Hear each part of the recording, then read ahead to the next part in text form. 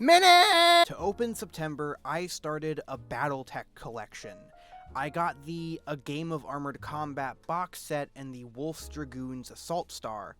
That's a lot of minis, and I actually managed to paint most of them by the end of September.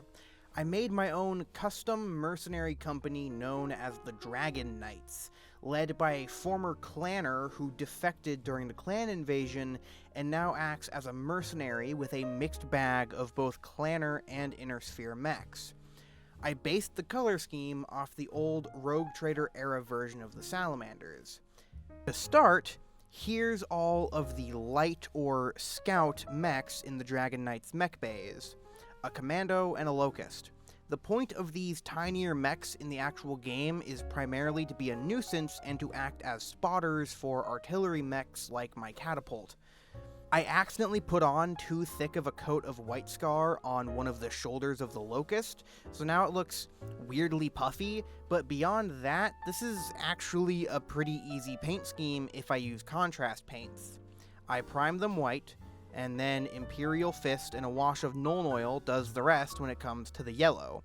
The white is just white primer with Apothecary White is the contrast paint I use for that. It slightly darkens down the white, but adds a lot of volume and shapeliness to the objects painted white. And then obviously the black is just black. I mean, it's just black. Yes, you have painted black before. Congratulations. Next up are the medium mechs, which include a Timberwolf, a Catapult, a Wolverine, a Blackjack, and a Shadowhawk. These make up the core of my lance, but my favorite is easily the Timberwolf. I'm not calling it a f***ing Mad Cat. This mech is the one the captain of this mercenary company pilots. As I said before, she defected during the clan invasion and has struck out on her own as an independent faction fighting for her own goals and leasing out her mechs to whoever can afford them or whoever has the most honorable of causes. Finally are the heavy mechs, which includes a rifleman, an awesome, and a thunderbolt. And this awesome was, well, awesome to paint. It was super fun. They're just so massive and chunky, and it has a power fist. It has a power fist. I can't say no to this. That's so cool. I had a ton of fun painting my mechs. They're very quick to paint because of their size, but the sculpts are still good enough that they have the impression of a mighty and incredible war machine. However, with that being said, this is probably gonna be the last time you see Battletech on the channel, because my local scene has literally no one who plays any version of Battletech. No Alpha Strike, no Armored Combat. It's basically just myself. My local game store doesn't sell any Battletech models, nor does it host any events for Battletech, so even though I enjoy the system a lot and want to play it more, I don't really find myself motivated to keep collecting miniatures for a game I physically cannot find anyone to play with. So, let's just go back to painting Warhammer. But, like, the other Warhammer, though. Oh, wow, that's, bit larger than my, camera can handle. Hold on, let me just, yeah, there you go. Alright, cool. Here we see my first ever Age of Sigmar mini. Kind of.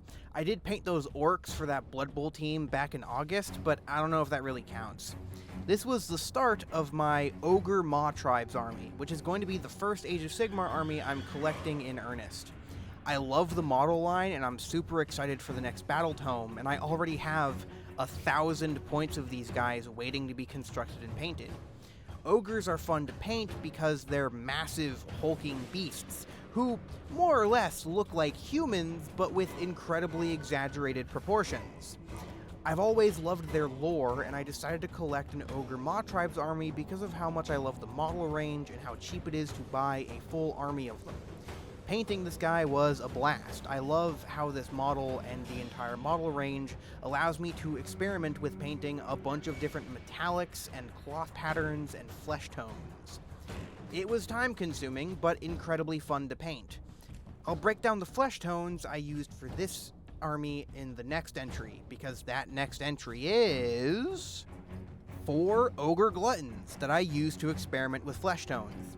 The flesh tone I used for my Maw Tyrant and one of the 4 Ogre Gluttons is just Catachan flesh washed with Nuln Oil. Then I did Kislev flesh washed with Reikland Flesh Shade, Bugman's Glow also washed with Reikland Flesh Shade, and then one of them was painted using the contrast paint Guilliman Flesh. One thing I think is deceiving about these models, and honestly the entire model range, is how quick they are to paint. Because you can just paint them as a series of very unified color blocks. The gut plate acts as a color divider which neatly halves the model into the cloth bits and the flesh bits, which makes it quite easy to know what to base coat as what and to get paint onto the model incredibly quickly. A great army for new painters or for people trying to experiment with flesh tone recipes. I almost guarantee you're going to see a lot of these guys over the next couple of months, because as I said before, I bought 1,000 points of them. I have a bunch of Gnoblars left to paint, 3 Mournfangs, and a Stonehorn to assemble, and then afterwards I just gotta get a box of Gnoblars, Iron Guts, and a Butcher, and that's 2,000 points for probably less than $500. So, that's September's minis done. That's only 15. That's not a lot, especially considering the fact that the last 2 episodes both had, like, over 40 minis. Okay, so instead of stopping here, I'm going to fold the month of September and October into one video. Because I painted even fewer fucking models in October. How many? Yep, I painted 5 minis in October. You, starting to see why this was a double feature? The first of these minis was an old Exalted Champion of Chaos mini, one of many Chaos Space Marines units that kinda just don't exist anymore. They were supposed to be one step removed from a Chaos Lord, someone who had gained the attention of the Chaos Gods, but was now fighting to keep that attention, with larger warbands like the Black Legion essentially being a Chaos Lord, with lots of Exalted Champions directly underneath them acting as mini-lords. This model in particular is capital R rare, as it was produced as part of the Warhammer 40k 6th edition starter set, Dark Vengeance, and seemingly was never sold separately. So when it went briefly made to order on Games Workshop's web store for, Warhammer Day? Whatever the Warhammer anniversary event's called, I almost immediately picked it up. It arrived and sat unpainted for the better part of a month until I finally decided to paint it as a test model. Even though I literally have a designated test model that is also a Chaos Space Marine. No, seriously. Thankfully though, I fell in love with this paint scheme. You may immediately think, wow, this guy looks a lot like an Iron Warrior. And, well, yes and no. See, I love the Iron Warrior color scheme and lore, but really feel like the current CSM model line does that lore a massive disservice. So I just made my own warband using a similar color scheme, but had lore more befitting the current models in the range. In terms of actually painting this guy, because of how many small details were on the sculpt, the biggest time sink was base coating everything. But after that it was pretty easy. Leadbelcher is an amazingly easy paint to work with, so making a color scheme that centrally focuses on using that paint as your primary color was kind of a brilliant idea in retrospect. I am so smart. And, you know, since a lot of people mentioned how they liked the amount of lore I put into the last painting log, here's a bit of lore. The Unbound Legion is a nomadic chaos warband operating in the Ultima Segmentum. They're led by a former word-bearer who was betrayed by their old masters. Surviving this attempted assassination led to them making a realization. There's likely hundreds, if not thousands, of heretic Astartes who suffered the same fate as them. So, he'd use his talents as a word-bearer to amass a warband of fellow heretics forsaken by their original masters, no matter the legion, no matter the god. Thus, a truly undivided warband was formed. Next up is... Wait. No, hold on. I gotta do the thing again. Hold on. Let me just, yep. And, alright, cool. There you go. This Household Knight. And honestly, I'm kind of regretting my choice of conquest armies. Now, don't get me wrong, I love the way this mini turned out. But, man, this thing was a chore to paint. The model itself is just so large, and there's so much stuff to paint on it, that it was very overwhelming to even know what to base coat everything as. I love the final product, but my god, it was such a headache to get it to this point. The final model is probably one of my favorite models ever, but I don't know if it's worth the effort. This was the only model I painted the week I sat down to paint this guy. A 4-day-long battle of hard-to-reach spots, and the first 3 days of that journey were just spent base coating. Conquest is a super fun game, but if I'm going to paint up a battle-worthy force for it, I'm going to want a model line that strikes a balance between quick to paint en masse and also fun to paint. Because right now, I've painted about 1 million men-at-arms and a single Household Knight, and it was such a jarring divide between boring but quick tedious to fun but a slog to paint tedious. I might switch to Wadrune or something. This one was incredibly quick, just another Primaris Intercessor for my Wyvern Hunter's successor chapter of Salamanders. I've painted so many of these guys by now that I'm not even really sure what to say about them. Warp Lightning, Dry Brush Moot Green, paint shoulder pads with Nagaroth Knight, wash with Nuln Oil, bam, you're done. I've painted like 2,000 of these fucking guys, so come on, let's get a move on! For my slowly amassing Chaos Space Marine army is this Cultist. She was fun, if basic to paint, which is what you want from Cultists. I chose not to paint her or the rest of her squad in the colors of the Unbound Legion because I personally like the idea of Cultists as being kind of separate from the organizational structure of the legions they serve. Like how knights went into battle wearing the heraldry of their house or family, but peasants just went into battle wearing whatever. Similarly, I'm leaning into the idea of Chaos Cultists as folks who were just Imperial citizens no less than a few days ago. So they've just scavenged whatever kit they can find and just wear it directly over their civilian clothes. To bring this home further, and also so that I can use these guys in Necromunda later, I gave this cultist a road base. The way I did it was Astrogranite debris, followed by painting a thick stripe on the base in White Scar. After a few coats of White Scar, I painted over the stripe with Imperial Fist Contrast, which immediately gave the effect I wanted. So, I got a sweet model and a sweet new method of painting road-themed bases for Necromunda gangs. Definitely gonna use this on my Genestealer Cult's Necromunda gang as well. There's not much else to say, this just kinda ended up working perfectly. Finally, we have a piece I painted entirely for Oldhammer clout / display purposes, since I have no idea when or where I'd ever actually use this model.